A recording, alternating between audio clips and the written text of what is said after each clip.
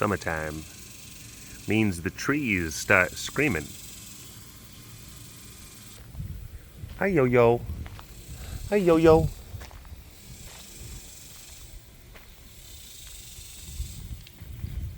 How are you?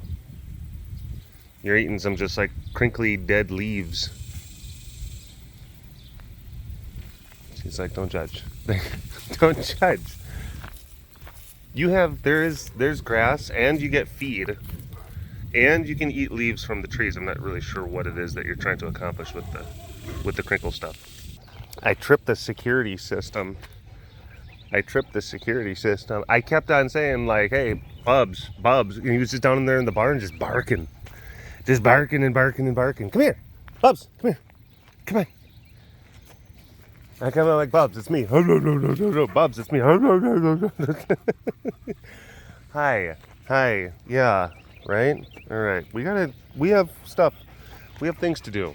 Okay? I have casting. There's casting that needs to happen. Okay? And you're disrupting it. I see different like news alerts on my phone. Just whenever you're kind of like, clicking a web browser, or you're just like hitting the Google search bar, then automatically there's just like different things that kind of show up, of course, based on your algorithmic activity. And I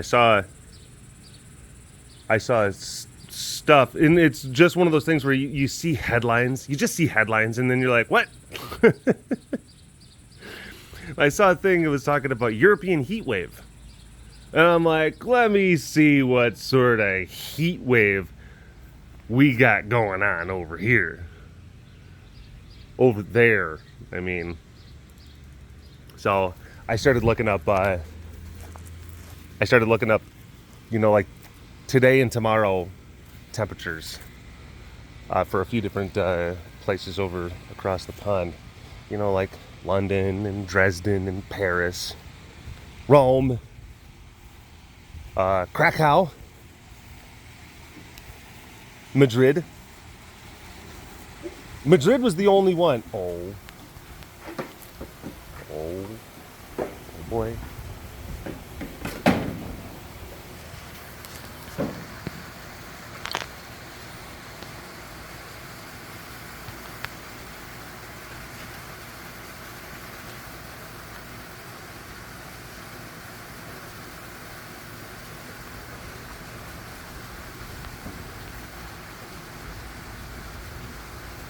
Don't mind me, Will. Don't mind me. Well, he was having some fun. He was doing fun stuff. He was having a party. Hey, man. I'm just like hanging out with my food, Party time. Hi, bud. Hi, you're a good boy. You're a good boy. Yeah, you are. Yeah, what a good boy. Okay. Ruby, what are you doing? Hey. Oh my gosh. We're trying to get them used to towels so that they just become desensitized to the fact that towels are going to be in there. But it's going to take a while. We just let them back in. Because, of course, we're trying to get everything kind of situated to where we can actually get the air conditioner going. And a part of that equation is being able to have entryways, kind of insulated. And one of the better ways to do that is with towels. But you have to first get used to the towels. All right.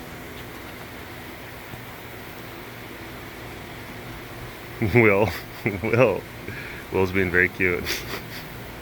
It's really pretty stunning that because he's a cougar. He likes water. He likes water. Just he also likes to poop in his water a lot. So yeah. Anyway, all of these European places. Oslo. I looked up Oslo as well. They had high temperatures that maybe got into like the low 80s. Most of them were like in the upper 70s. And I'm like, you wimps. Madrid was the only one that had like high temperature getting up at to 95. But then I like kind of went back and like looked at some of the headlines and the articles, and they were talking about heat waves that were going through in June.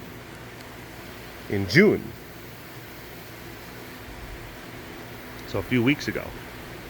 And there were places in Germany, Spans and Frane.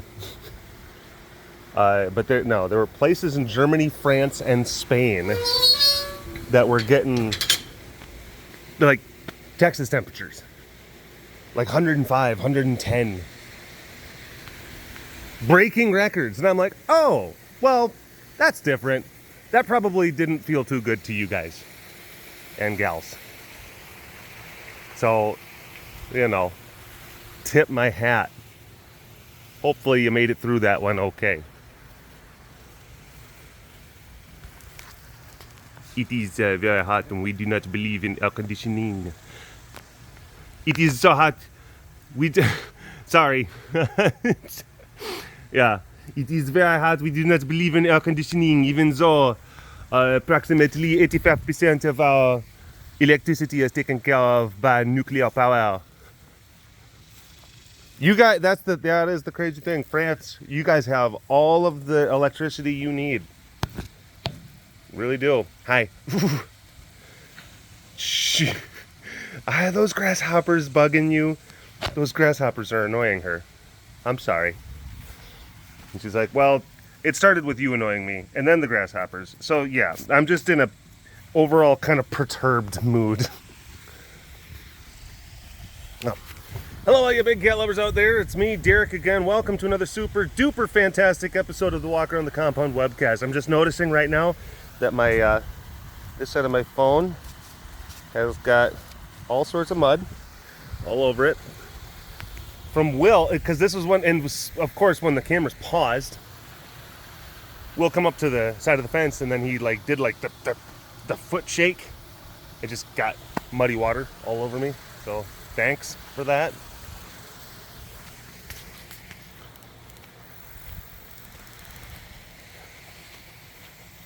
I've had some days off. So I took the whole week. I took a bunch of vacation days, and I'm just staying home. Staycation, which is nice. Get to play a few extra rounds of Fortnite, spend time with fam. Okay, like that's the first thing you bring up. No, grill out with the fam. Made some steaks last night. They were delightful. Heidi took some of the leftover steaks and then was able to make steak omelets this morning. It was delightful. We're all going to a movie later. Seeing that Thor movie, Love and Thunder. It's going to be great. So yeah, staycations, highly underrated. Not to mention it's just, it's hard. It's hard for us to get away. It really is. Because there's so much more. It's not like, like if you just have like a cat, like a house cat, and you're like, well, I'm just going to pour some extra food in the bowl and, just make sure to double check, oven's off and the porch door is locked. We're good. We can be gone for 2 to 3 days. It's a little bit different. A little bit different.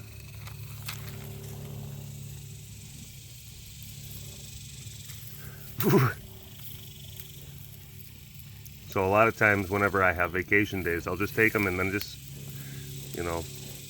stay home. And then it's like a weird kind of thing because it can be like a miniature kind of bit of respite for Heidi, because then like she doesn't she doesn't have to be like the only higher level adult. When I say like higher level, because it's like there's certain things like a robust kind of lazy Susan of skills, where it's like, oh, if certain things break, you know, like having a person around that kind of knows how to fix stuff. If there's like an emergency situation or an urgent situation, you know, cats are getting upset and then you need to lock things up, or you need to make a decision, or you need to do some stuff, you have someone available. And certainly not to, you know, disparage or knock, you know, any of our really awesome staff individuals. Like, it takes a long time and a lot of experience over many years of just like being presented with unique and dynamic circumstances, having to make decisions in those unique and dynamic circumstances, and then just gaining the confidence of being able to, hi, hello. Melissa's here, and she has been saying hi to you probably a bunch, just giving you all sorts of smooches. So yes, Melissa says hi and has been saying hi like a bunch.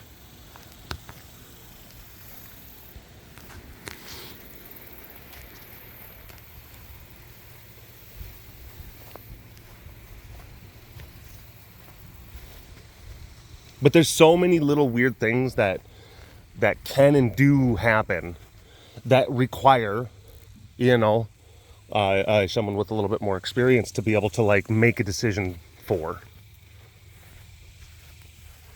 And most often that kind of is by default, that just is Heidi. Like, she's got to be that person.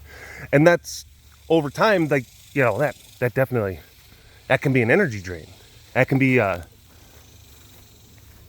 mental, physical, emotionally kind of taxing kind of experience.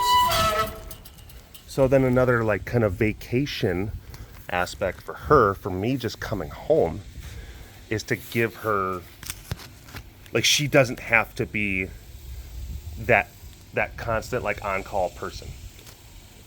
There's someone else who can respond. And like I said, like, responding, it doesn't always have to be just like, oh my gosh, there's this thing, there's a crazy and dire and emergency kind of thing. It's just like, oh, well, we've got this thing that, like, if we need to figure out something that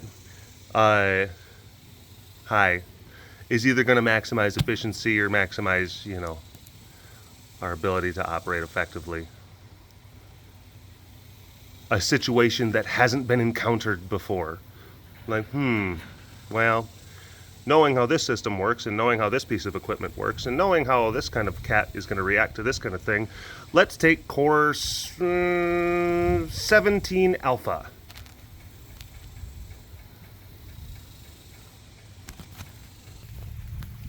And so many of the situations, I mean, really, there's a lot of times where it's like each like new and nuanced little things, there's like familiar echoes and familiar patterns, but there's a lot of situations, like every single day, you just kind of run across like a different thing that's its own unique thing that's really kind of never happened before. And it doesn't necessarily mean that, like, oh my gosh, the stakes are so high. Like, every single day you're going to run into like, oh, well, there's an issue with this thing and with this tool and with this situation.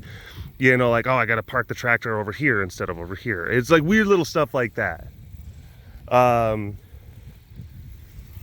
it becomes like, a lot of times successfully managing a lot of the operations becomes a lot more like improvisational jazz. But to be a good jazz improviser, it's like you just have to know, you have to have experience and you have to know a lot of the theory. You know, the chord changes and the progressions and just how the instrument is and how it can interact and interplay, what its limitations are, what its capabilities are. And it's like you're able to then like kind of like pick and choose on the situation, you know, like from a familiar set of musical patterns.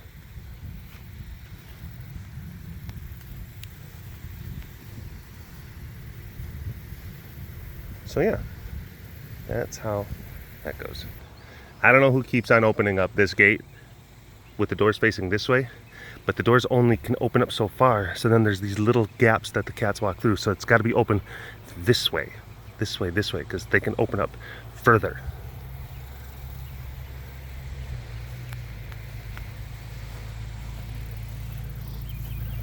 Hello. Oh, ooh, Whew. Hi, how are you?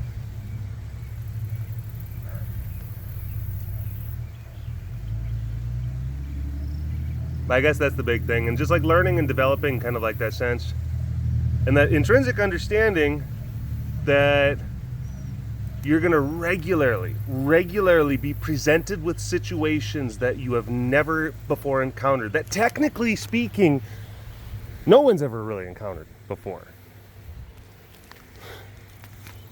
I mean, you like to like get like really kind of like low hanging fruit, like low threat level. It's like, okay, that one spot of the enclosure has never been pooped on before, ever.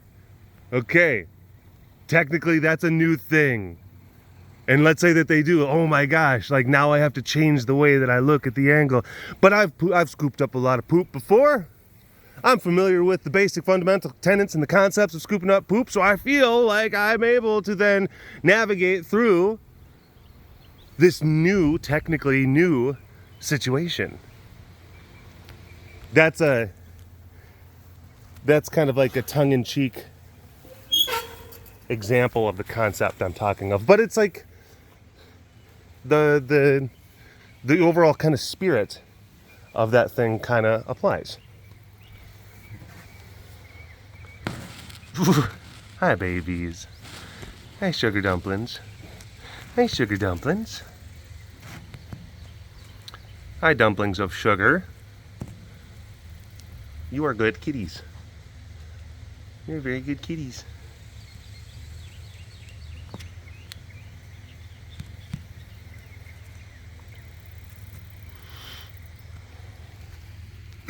Fred.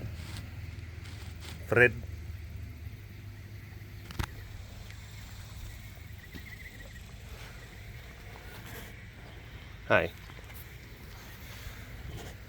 Hello.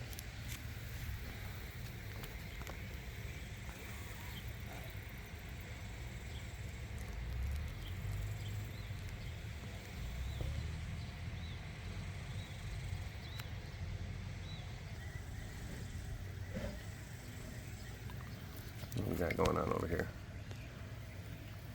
What's going on over here? There's a lot of activity happening in all three layers. What are you doing? What is happening? What's this? What is this here? I don't quite get it, but I suppose it makes sense to you. Ruby and my relationship has taken a weird turn. Like a few months ago, she had gotten a part of her tail kind of grabbed at by Will, and ever since then, it's like through the fence, and we had to put extra meshing, stuff like that, on some of the sections. And she's okay now, but I think that at the time it kind of scared her. And like ever since then, she's also kind of said just like, yeah, you too. You're I'm gonna lump you in on this one too. And she gets like really kind of like freaked out. She gets a little scared whenever I'm kind of like around. So trying to work on that with her a little bit. I was asking Heidi like, hey, what do you think I should do? And she was giving me suggestions on how to you know, melt and soften the approach and smooth out any relationship wrinkles. So Yeah. And I know a lot of people, because of course anytime I take time off, I get a little bit kind of scruffy. People are like, you should keep it, but I do the clean shave thing for work, you know, to be professional. I do have a professional side. Not every single like waking moment of my life is like the wackiness that you see here. So yeah, you know, I got a lot more like salt and pepper in my stuff. I'm getting old. Ruby and her 2 shoes.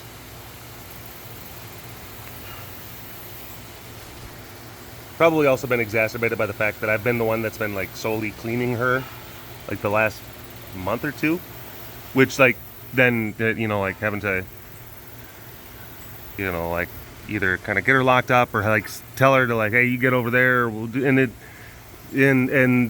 she might be like, oh, you're trying to, you don't tell me what to do, Dad. So she could, I don't know, she could be kind of like teenage girl kind of attitude right now. You were really mean and that didn't make me feel good. And I'm just like, please forgive me. I'll get you that new pair of shoes you were wanting. That is transactional parenting. That's not actual love and understanding. It's terrible. And it's like, no, you're right. See, that's a supplement. The shoes are the supplement. You know, to like, you know, sitting down and like having a conversation and trying to see eye to eye and whatnot. You know, like, oh, the more important thing, of course, is to put in the time and the effort to be able to, you know, grow together. Also, here is a physical representation involving resources. So then a manifestation of sacrifice. You know, here you go. Hi. Okay. All right. We'll get there. Was having to spoon feed Raven last night. She's getting to the point where she's getting like really forgetful about like, I mean, like kind of like how like really, really old people, they'll get like forgetful about like eating and drinking and stuff like that. So then it's like you have to like be like food and then food. That's kind of what Raven's got right now. And so we give her like ground chicken, and she doesn't like the ground chicken that we actually make. We'll take chicken breast and grind it up in a meat grinder and try to feed it to her, and she's like, I don't like that. And then we have to go and buy ground chicken from the store, and she's like, I like that.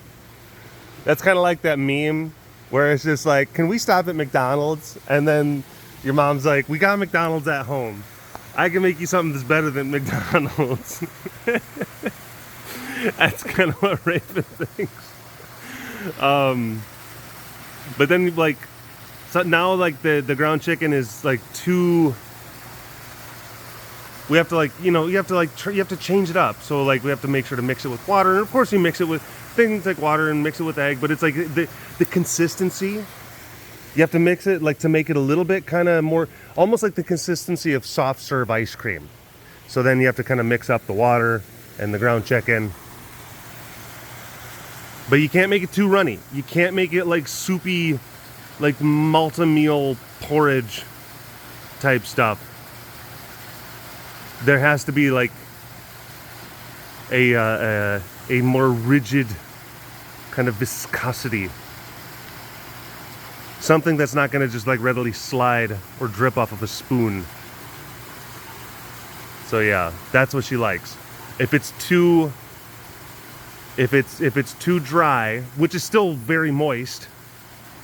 If it's too dry yet still moist, like she doesn't like it. If it's too moist, and drippy, she doesn't like. It has to be just right. This has got to be that Goldilocks porridge. So yeah, that's Raven. I guess, and I also say that too because it's like, you know, be like, understand that as it gets like more and more difficult for her to just like, you know, do those kind of basic kind of things, that could also be a sign of like, hey, there's, you know, the actual the final descent, you know, could be relatively nearby. But we've thought the final descent, hi, sorry, I'm back. We've thought the final descent for a lot of cats was at a certain time, and then it turns out it wasn't. Like Selena, we thought that, oh my gosh, I mean, like in the last 5, 6, 7 years, we thought that she was going to die like a handful of times. Like, I think this is it for Selena, and then she's just like, I'll show you it.